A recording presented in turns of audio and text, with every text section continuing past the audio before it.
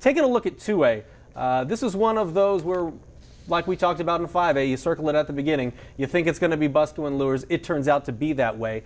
What are your biggest points of emphasis if you're Steve Kiefer this week, trying not to overlook a Busco team that you beat, I believe, 35-7 last year in the playoffs?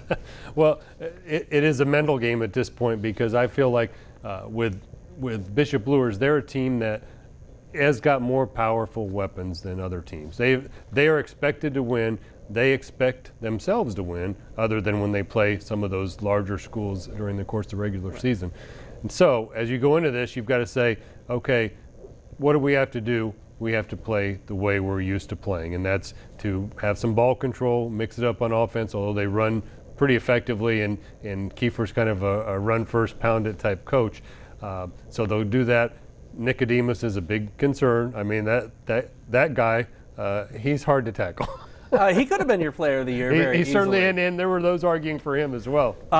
As far as Lee Etzler goes, I don't, much like I talked about Ryan Hall, you don't have to have any extra motivation in practice this week. You know what the score was last year. You know if you want to go to Lucas Oil Stadium in 2A in this part of the state, you have to go through Luers. So this is a game where you're in the off season.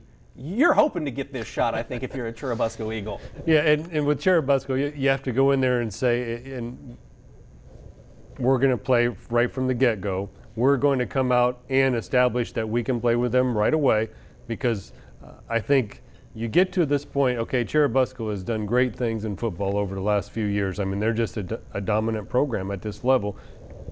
But Luers is a big roadblock in their way, and they've got to be able to say, okay, we can beat this team.